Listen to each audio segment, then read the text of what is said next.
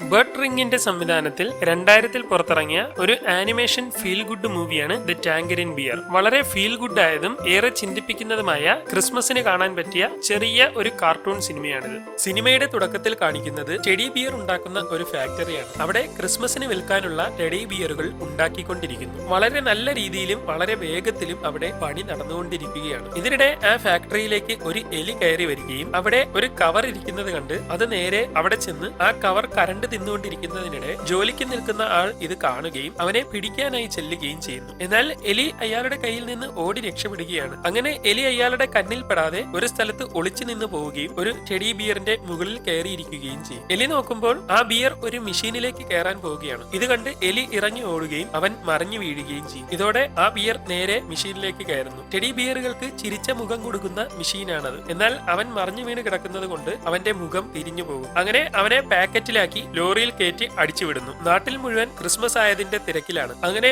ആ ലോറി നേരെ തൊട്ടടുത്തുള്ള ഒരു മാളിലേക്കാണ് പോകുന്നത്. അവിടുത്തെ ഷെൽഫിൽ ഈ ബിയറുകളെല്ലാം സെറ്റ് ചെയ്ത് വെച്ചിരിക്കുന്നു. എല്ലാവരും ചിരിച്ച മുഖത്തിലാണെങ്കിലും നായകനായ ബിയറിന്റെ വായ തല തിരിഞ്ഞിരിക്കുകയാണ്. അങ്ങനെ അടുത്ത ദിവസമാകുന്നു. രാവിലെ ഷോപ്പ് തുറക്കുമ്പോൾ തന്നെ ആളുകളെല്ലാം ഇടിച്ചു കയറുകയും ഒരുപാട് ടെഡി ബിയറുകൾ വിറ്റുപോവുകയും ചെയ്യുന്നു. എന്നാൽ എല്ലാം വിറ്റുപോയിട്ടും അവനെ മാത്രം ആരും വാങ്ങുന്നില്ല. എന്തുകൊണ്ടാണ് തന്നെ മാത്രം ആരും വാങ്ങാത്തതെന്ന് അവന് മനസ്സിലാവുന്നില്ല. അവൻ ആകെ വിഷമിച്ചിരിക്കുന്നതിനിടെ ഒരാൾ വന്ന് അവനെ എടുക്കുകയും കുട്ടിയുടെ കയ്യിലേക്ക് കൊടുക്കുകയും ചെയ്യുന്നു. അങ്ങനെ അവർ ബില്ലടിക്കാൻ വേണ്ടി പോവുകയാണ്. പെട്ടെന്ന് കുട്ടി അച്ഛനോട് എനിക്ക് ഈ ബൊമ്മ വേണ്ടെന്ന് പറഞ്ഞുകൊണ്ട് അച്ഛന്റെ നെറുക്ക് കാണിക്കുന്നു. അതിന്റെ മുഖം വല്ലാതെ ഇരിക്കുന്നത് കണ്ട് ഇതല്ലാതെ വേറെ ബൊമ്മയുണ്ടോന്ന് കടക്കാരനോട് ചോദിക്കുകയും ഇതല്ലാതെ വേറെ സ്റ്റോക്കില്ലെന്ന് അയാൾ പറയുകയും ചെയ്യും. എനിക്ക് ഈ ബൊമ്മ വേണ്ടെന്ന് പറഞ്ഞുകൊണ്ട് കുട്ടി കരയുന്നതോടെ അച്ഛൻ കടക്കാരന്റെ കയ്യിൽ ബൊമ്മ തിരിച്ചു കൊടുത്തിട്ട് അവിടെ നിന്ന് പോകും. അപ്പോഴാണ് അവന്റെ മുഖം വിഷമിച്ചിരിക്കുന്നത് കടക്കാരന് ശ്രദ്ധിക്കുന്നത്. ഇതോടെ അയാൾ നേരെ അവനെ ആളുകൾക്ക് താല്പര്യമില്ലാത്ത സാധനങ്ങൾ വിൽക്കുന്ന ഡിസ്കൗണ്ട് ടേബിളിൽ കൊണ്ടിടുന്നു. എല്ലാരും പോയി കഴിഞ്ഞ് അവൻ എഴുന്നേറ്റ് നോക്കുമ്പോൾ താൻ ഡിസ്കൗണ്ട് ടേബിളിലാണെന്ന് അവന് മനസ്സിലാവുന്നു. അപ്പോഴാണ് അവിടെ മറ്റു ചില ആളുകൾ കൂടി ഉണ്ടെന്ന് അവന് മനസ്സിലാവുന്നത്. ഒരു പാവക്കുട്ടിയും ഒരു കുരങ്ങനുമാണ് അവന്റെ കൂടെയുള്ളത്. നമ്മൾ എന്തിനാണ് ഈ ഡിസ്കൗണ്ട് ടേബിളിൽ കൊണ്ടിട്ടിരിക്കുന്നതെന്ന് അവൻ ചോദിക്കുമ്പോൾ നമ്മളെയൊക്കെ ആളുകൾക്ക് ഇഷ്ടപ്പെടാത്തത് കൊണ്ടാണ് ഇവിടെ ഇട്ടിരിക്കുന്നതെന്നും വിറ്റുപോകാതെ വരുമ്പോൾ സാധാരണ ഇങ്ങനെ ചെയ്യുമെന്നും വിലക്കുറവ് കണ്ട് ആരെങ്കിലും മേടിക്കാൻ വേണ്ടിയാണെന്നും ഒക്കെ അവൻ പറയുന്നു. നിന്നെ എന്തുകൊണ്ടാണ് ആർക്കും ഇഷ്ടപ്പെടാത്തതെന്നൊക്കെ ടാങ്കി ചോദിക്കുമ്പോൾ എനിക്ക് കടുത്ത നീല കളർ ആയതുകൊണ്ട് ആർക്കും അത്ര ഇഷ്ടപ്പെടില്ലെന്ന് അവൻ പറയുന്നു. ഓഹോ, അങ്ങനെയാണെങ്കിൽ എനിക്കെന്താണ് പ്രശ്നം? എന്റെ നിറമൊക്കെ കറക്റ്റ് അല്ലേ? പ്രത്യേകിച്ച് പ്രശ്നങ്ങളൊന്നുമില്ലല്ലോ, പിന്നെ എന്തുകൊണ്ടാണ് എന്നെ ആളുകൾ വാങ്ങാത്തതെന്നൊക്കെ അവൻ പറയുമ്പോൾ അവർ അവിടുത്തെ സ്റ്റീൽ പാത്രത്തിൽ നോക്കാൻ അവനോട് പറയും. അപ്പോഴാണ് അവൻ തന്റെ മുഖം കാണുന്നത്. ഓ, എന്റെ ചിരി തലതിരിഞ്ഞാണ് ഇരിക്കുന്നതല്ലേ? എന്നെ കാണുമ്പോൾ വിഷമിച്ച് നിൽക്കുന്നത് പോലെ തോന്നുന്നു. അതുകൊണ്ടായിരിക്കും എന്നെ ആരും വാങ്ങാത്തതെന്നൊക്കെ പറഞ്ഞുകൊണ്ട് അവന് ആകെ വിഷമമാവുന്നു. നീ ഒന്നുകൊണ്ടും വിഷമിക്കണ്ട, നമ്മളെ എപ്പോഴെങ്കിലും ആരെങ്കിലും ഒക്കെ വാങ്ങും എന്ന് പറഞ്ഞുകൊണ്ട് അവർ അവിടെ നിന്ന് പോകും. എന്നാൽ ടാങ്കി ആകെ വിഷമത്തിലാണ്. അവൻ അന്ന് മുഴുവൻ വിഷമിച്ച് ആ ഡിസ്കൗണ്ട് ടേബിളിൽ ഇരിക്കുന്നു. ഇവിടെ വെച്ച് അതിമനോഹരമായ ഒരു പാട്ടാണ്. അവനെ ഒരു കുട്ടി വാങ്ങുന്നതും അവൾ സ്നേഹിക്കുന്നതുമൊക്കെ അവൻ സ്വപ്നം കാണും. വിഷമത്തോടെ അവൻ സ്വന്തമായി ഡാൻസ് കളിക്കുന്നു. അങ്ങനെ പിറ്റേന്ന് ഷോപ്പ് തുറന്ന ഉടനെ ആളുകൾ ഷോപ്പിങ്ങിനായി വരികയും ഒരു കുട്ടി വന്ന്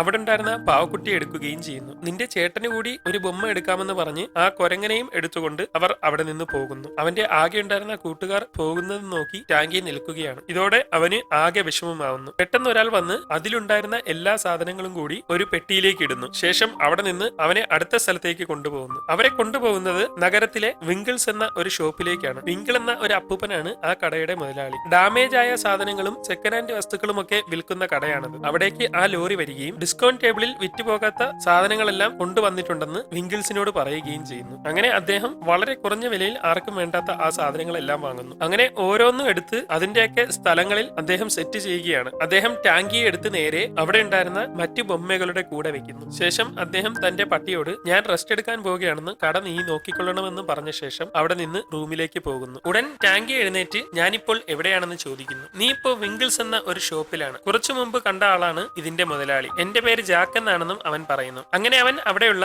ക്ലോക്ക് രൂപത്തിലുള്ള ഒരു പെൺകുട്ടിയോടും കമ്പനി കൂടി പരിചയപ്പെടുന്നു. അവരോടൊപ്പം ക്ലോക്കിനുള്ളിലെ ഒരു കിളി കൂടി അവിടെയുണ്ട്. അങ്ങനെ അവൻ അവരെ എല്ലാം പരിചയപ്പെടുന്നതിനിടെ നീ എന്തിനാണ് വിഷമിച്ചിരിക്കുന്നതെന്ന് ചോദിക്കുമ്പോൾ ഞാൻ വിഷമിച്ചിരിക്കുകയല്ലെന്നും ഫാക്ടറിയിൽ എന്റെ വായ തലകീഴായി അടിച്ചു വെച്ചത് കൊണ്ട് എന്റെ മുഖം ഇങ്ങനെ ആയി പോയതാണെന്നും അവൻ പറയുന്നു. എന്നെ ഒന്ന് ആരെങ്കിലും വാങ്ങിയിരുന്നെങ്കിൽ എത്ര നന്നായിരുന്നു. എന്റെ മുഖം ഇങ്ങനെ ആയത് കാരണം ആരും എന്നെ വാങ്ങുന്നില്ല. ഏതെങ്കിലും ഒരു വീട്ടിൽ ചെന്ന് ജീവിക്കണമെന്നൊക്കെ എനിക്ക് വലിയ ആഗ്രഹമുണ്ടെന്നൊക്കെ അവൻ പറയുന്നു. അക്കാര്യത്തിലൊന്നും നീ വിഷമിക്കണ്ട, നമ്മളെയും നിന്നെയും ഒക്കെ എന്നെങ്കിലും ഒരു ദിവസം ആരെങ്കിലും ഒക്കെ വാങ്ങുമെന്ന് പറഞ്ഞ് അവർ സ്വയം സമാധാനിക്കുന്നു. നിങ്ങൾക്കൊക്കെ എന്താണ് പ്രശ്നമെന്ന് അവൻ ചോദിക്കുമ്പോൾ എന്റെ ക്ലോക്കിൽ അലാറം അടിക്കില്ലെന്ന് പെൺകുട്ടി പറയുന്നു. എനിക്ക് ബോക്സിൽ നിന്ന് ചാടി വരാൻ കഴിയില്ല, എന്റെ സ്പ്രിംഗ് ഡാമേജ് ആണെന്ന് ജാക്ക് പറയുന്നു. എനിക്ക് ക്ലോക്കിൽ നിന്ന് പുറത്ത് വന്ന് സാധാരണ കിളികൾ ഉണ്ടാക്കുന്നത് പോലെ ശബ്ദം ഉണ്ടാക്കാൻ കഴിയില്ലെന്ന് കിളിയും പറയുന്നു. നമുക്കെല്ലാവർക്കും ഓരോ പ്രശ്നമുണ്ട്. ആരെങ്കിലും ഒക്കെ വാങ്ങാൻ വേണ്ടി നമ്മൾ എന്തെങ്കിലുമൊക്കെ ചെയ്തേ പറ്റുള്ളൂ എന്നും എന്നെ എല്ലാരും കാണാൻ വേണ്ടി ഒരു ചെയർ ഇട്ട് ഇവിടെ ഇരുന്നാൽ ശരിയാകുമെന്നും ടാങ്കി പറയുന്നു. നിനക്ക് പറ്റിയ ചെയർ അവിടെ ഉണ്ടെന്ന് പറയുമ്പോൾ ഞാൻ പോയി അത് എടുക്കാമെന്ന് ടാങ്കി പറയുന്നു. പോയി എടുക്കുന്നത് നടക്കില്ല, ഇവിടെ വെർച്ചൽ എന്ന ഒരു പട്ടിയുണ്ട്, അവന്റെ കണ്ണ് വെട്ടിച്ച് പോകാൻ കഴിയില്ലെന്നൊക്കെ അവർ പറയുന്നു. എനിക്ക് അതിലൊന്നും പേടിയില്ല,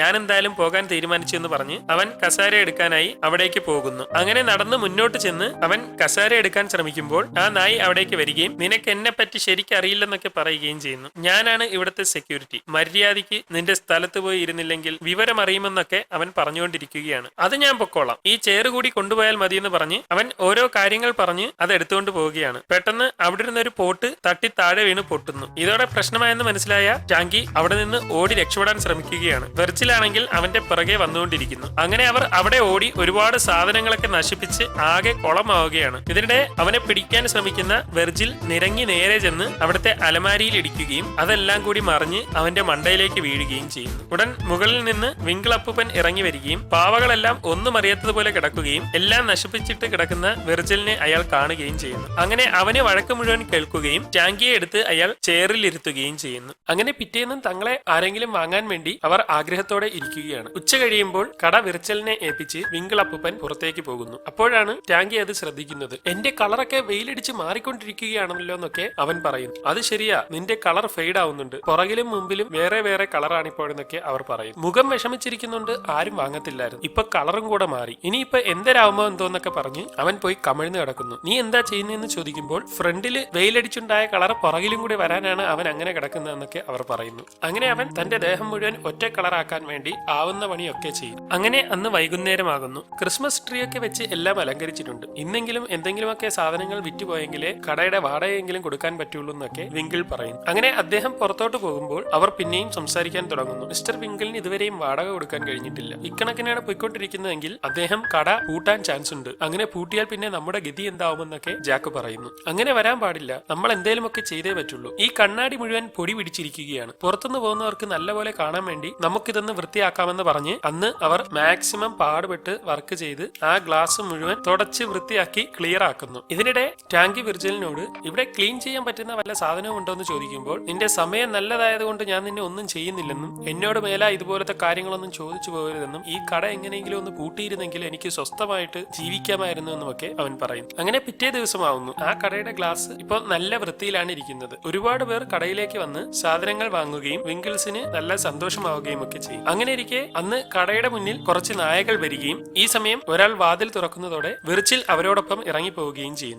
അത് കുഴപ്പമില്ല, അവൻ കുറച്ച് കഴിയുമ്പോൾ തിരിച്ചു വരുമെന്ന് പറഞ്ഞുകൊണ്ട് നിങ്ങൾക്ക് എന്താണ് വേണ്ടതെന്ന് അദ്ദേഹം ചോദിക്കും. ആ ജനലിന്റെ ഭാഗത്തിരിക്കുന്ന ക്ലോക്ക് വേണമെന്ന് പറയുമ്പോൾ വിങ്കിൾ അതെടുത്ത് കൊടുക്കുകയും അതും വാങ്ങി പോവുകയും ചെയ്യുന്നു. അങ്ങനെ അവൾ അവരിൽ നിന്ന് യാത്ര പറഞ്ഞിരിക്കുകയാണ്. അങ്ങനെ അന്ന് രാത്രി ഒരുപാട് നേരം അദ്ദേഹം വിർജിലിനെ കാത്തിരിക്കുകയും കാണാത്തത് കൊണ്ട് ഉറങ്ങാൻ പോവുകയും ചെയ്യുന്നു. അന്ന് രാത്രി അവർ ഓരോ കാര്യങ്ങളൊക്കെ പറഞ്ഞുകൊണ്ടിരിക്കുകയാണ്. നാളെയാണ് ക്രിസ്മസ്, നമ്മൾ ഇതുവരെ ആരും മേടിച്ചോണ്ട് പോയില്ലല്ലോ എന്നൊക്കെ അവർ പറഞ്ഞിരിക്കുന്നതിനിടെ അവർ പുറത്തേക്ക് നോക്കുമ്പോൾ വിർജിൽ വെളിയിൽ നിൽക്കുന്നതായി കാണുന്നു. അവൻ മഞ്ഞുകൊണ്ടാകെ തണുത്ത് വിറച്ച് നിൽക്കുകയാണ്. നമുക്ക് എങ്ങനെയെങ്കിലും അവനെ സഹായിക്കാമെന്നൊക്കെ ടാങ്കി പറയുമ്പോൾ നമുക്കൊന്നും ചെയ്യാൻ കഴിയില്ലെന്നും രാവിലെ അപ്പൂപ്പൻ വന്നിട്ട് അവനെ തുറന്നു കൊടുക്കട്ടെ എന്നുമൊക്കെ പറയുന്നു. അതുവരെ ഇരുന്നാൽ ചിലപ്പോൾ അവൻ ഫ്രീസ് ആയി പോകുമെന്നും നമുക്കിപ്പോൾ തന്നെ സഹായിച്ചേ പറ്റുള്ളൂ എന്നും പറഞ്ഞുകൊണ്ട് അവർ തയ്യാറാവുകയും അവർ മൂന്നുപേരും തങ്ങളെ കൊണ്ട് പറ്റുന്ന രീതിയിൽ താക്കോലൊക്കെ എടുത്ത് തുറക്കാൻ റെഡിയാക്കുകയും ചെയ്യുന്നു. എന്നാൽ അവരെയൊന്നും കൊണ്ട് താക്കോൽ അതിനുള്ളിൽ കയറ്റി ഡോറ് തുറക്കാൻ കഴിയുന്നില്ല. ഞാൻ നോക്കാമെന്ന് പറഞ്ഞുകൊണ്ട് ജാക്ക് താക്കോൽ വാങ്ങുകയും അവൻ ശക്തി മുഴുവൻ എടുത്ത് തന്റെ ബോക്സിലേക്ക് കയറിയ ശേഷം പുറത്തേക്ക് വന്ന് വളരെ ശക്തിയിൽ ആ ഡോർ തുറക്കുകയും ചെയ്യുന്നു. അങ്ങനെ അവർ വെർജിലിനെ ഉള്ളിലേക്ക് കയറ്റുന്നു. അങ്ങനെ അവന് വേണ്ട എല്ലാ കാര്യങ്ങളും ചെയ്തു കൊടുത്ത് അവനെ സഹായിക്കുന്നു. നിങ്ങളെല്ലാം നല്ലവരാണെന്നും എന്നെ സഹായിച്ചതിന് വളരെ നന്ദിയെന്നും ഒക്കെ വെർജിൽ പറഞ്ഞുകൊണ്ടിരിക്കുകയാണ്. നീ എന്ത് പരിപാടിയാ കാണിച്ചത്? നിനക്കൊരു വീടുണ്ട്, നോക്കാൻ ആളുണ്ട്, ഇതൊക്കെ ഉണ്ടായിട്ടും നീ എന്തിനാ പൊക്കളഞ്ഞതെന്നൊക്കെ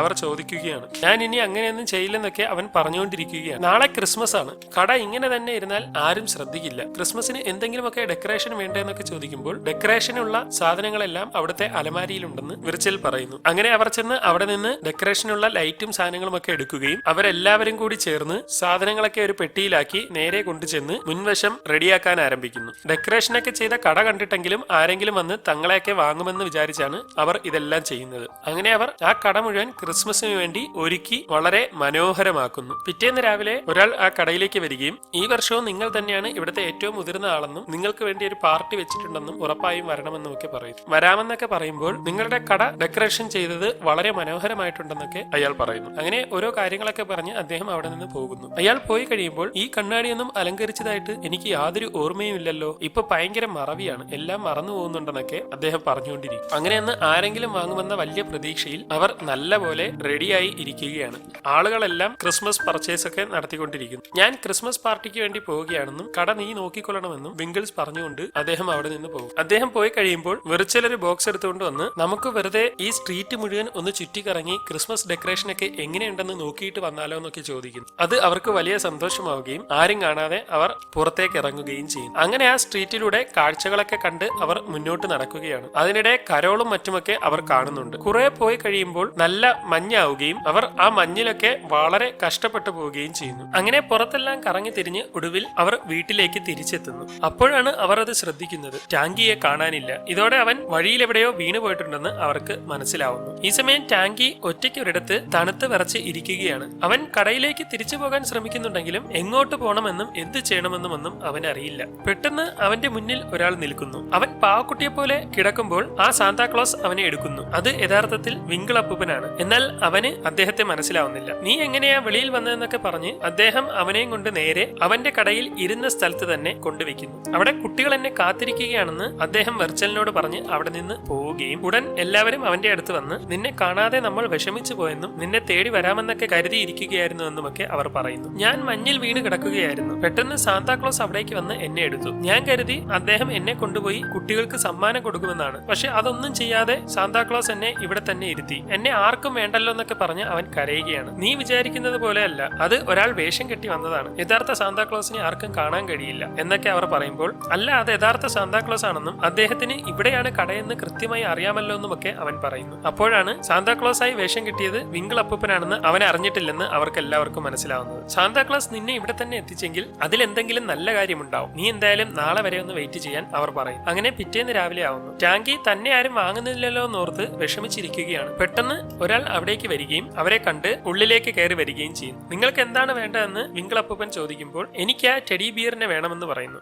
ഉടൻ അദ്ദേഹം അവനെ എടുത്ത് അയാളുടെ കയ്യിലേക്ക് കൊടുക്കുന്നു. ടാങ്കി വലിയ പ്രതീക്ഷയിൽ ഇരിക്കുകയാണ്. ഇതെനിക്ക് ഇഷ്ടപ്പെട്ടുവെന്നും ആ ജാക്ക് ബൊമ്മ കൂടി എനിക്ക് വേണമെന്ന് അയാൾ പറയുകയും ചെയ്യും. അങ്ങനെ അവനെയും എടുത്ത് അയാൾക്ക് കൊടുക്കുന്നു. ഞാൻ ഇതുപോലത്തെ ബൊമ്മയൊക്കെ കൊണ്ടുപോയി ശരിയാക്കി വിൽക്കുന്ന ആളാണെന്നും ഈ ബൊമ്മയ്ക്കെല്ലാം ചേർത്ത് 200 രൂപ തരാമെന്നും അയാൾ പറയും. ഇത് കേട്ട് ടാങ്കി വലിയ സന്തോഷത്തിലിരിക്കുകയാണ്. തന്റെ കൂടെ ജാക്കും വരുന്നുണ്ടെന്നോർത്ത് അവന് പിന്നെയും കൂടുതൽ സന്തോഷമാവുന്നു. പെട്ടെന്ന് വിങ്കിൾ അപ്പൂപ്പൻ ഒന്ന് ചിന്തിച്ച ശേഷം ഈ 2 ബൊമ്മകളെയും ഞാൻ വിൽക്കുന്നില്ലെന്ന് അദ്ദേഹം പറയുകയും ചെയ്യും. എങ്കിൽ ഞാൻ 500 രൂപ തരാമെന്ന് അയാൾ പറയുമ്പോൾ അതൊന്നും പറ്റില്ലെന്ന് അദ്ദേഹം പറയുന്നു. ഞാനിവിടെ ഒറ്റയ്ക്കാണ്. എനിക്ക് കൂട്ടിന് ആകെയുള്ളത് ഈ പാവകളൊക്കെയാണ്. എന്തൊക്കെ ജോലി ചെയ്താലും എന്നും ഇവരെയൊക്കെ കണ്ടില്ലെങ്കിൽ എനിക്ക് ഉറക്കം വരില്ല. ഞാൻ എന്റെ സ്വന്തം മക്കളെ പോലെയാണ് ഈ പാവകളെ കാണുന്നത്. ഇവരാണ് എന്റെ കുടുംബം. അതുകൊണ്ട് ഇവരെ ഞാൻ വിൽക്കുന്നില്ലെന്ന് അദ്ദേഹം പറയും. ശരി എങ്കിൽ അങ്ങനെ ആകട്ടെ, ഞാൻ പോകുന്നു എന്ന് പറഞ്ഞ് അയാൾ അവിടെ നിന്ന് പോകുന്നു. അങ്ങനെ അദ്ദേഹം അവരെ എല്ലാം എടുത്ത് ഇരുന്ന സ്ഥലത്ത് തന്നെ വെക്കുന്നു. അങ്ങനെ അന്നത്തെ എല്ലാ പരിപാടിയും കഴിഞ്ഞ് അദ്ദേഹം ഉറങ്ങാൻ പോവുകയാണ്. ഉടൻ അവരെല്ലാം സംസാരിക്കാൻ തുടങ്ങുകയും എന്നെ സാന്താക്ലാസ് ഇന്നലെ ഇവിടെ തന്നെ എത്തിച്ചതിന്റെ രഹസ്യം എനിക്ക് ഇപ്പോഴാണ് മനസ്സിലായതെന്നൊക്കെ ടാങ്കി പറയുന്നു. വിങ്കിൾ അപ്പൂപ്പൻ പറഞ്ഞത് ശരിയാണ്. നമ്മളെല്ലാം ഒരു ഫാമിലിയാണ്. ഇതാണ് നമ്മുടെ കുടുംബം. നമ്മൾ ഇത്രയും നാൾ ഇവിടെ എൻജോയ് ചെയ്തില്ലേ, ഇങ്ങനെ തന്നെ അങ്ങ് ജീവിച്ചു പോവാം. വിങ്കിൾ അപ്പൂപ്പൻ നമ്മളെ ഒരുപാട് സ്നേഹിക്കുന്നുണ്ട്. ഇതുപോലൊരു കുടുംബമുള്ളപ്പോ ഇനി നമ്മൾ മറ്റൊരു സ്ഥലത്ത് പോവേണ്ട ആവശ്യമില്ലെന്നൊക്കെ അവർ പറയും. അങ്ങനെ എന്തായാലും കുടുംബം തേടിക്കൊണ്ടിരുന്ന ടാങ്കിക്ക് ഒടുവിൽ താൻ ഇത്രയും നാൾ ഉണ്ടായിരുന്നത് സ്വർഗം പോലത്തെ ഒരു കുടുംബത്തിലാണെന്ന് മനസ്സിലാവുന്നു. ചില സമയം നമ്മൾ ആഴത്തിലൊന്ന് ഇറങ്ങി ചിന്തിച്ചാൽ നമുക്ക് ആവശ്യമുള്ളത് നമ്മുടെ തൊട്ടടുത്ത് തന്നെ കാണും. പക്ഷേ നമ്മൾ അത് കാണുന്നില്ലെന്ന് മാത്രം. ഇത്രയും പറഞ്ഞുകൊണ്ട് ഈ കൊച്ചു സിനിമ അവസാനിക്കുന്നു. 2000-ൽ പുറത്തിറങ്ങിയ ഈ സിനിമ ടെലിവിഷനിലൂടെയാണ് സംപ്രേഷണം ചെയ്തത്. ഇതിന് വലിയ സ്വീകാര്യത കിട്ടുകയും ലോകം മുഴുവൻ പല ഭാഷകളിലും ഈ സിനിമ കാണിക്കുകയും ചെയ്തു. മലയാളത്തിലും ഈ സിനിമ ഇറങ്ങിയിട്ടുണ്ട്. 19 കിഡ്സിന്റെയൊക്കെ കുട്ടിക്കാലം മനോഹരമാക്കിയ സിനിമകളിലൊന്നാണ് ദ ടാങ്കറിൻ ബിയർ.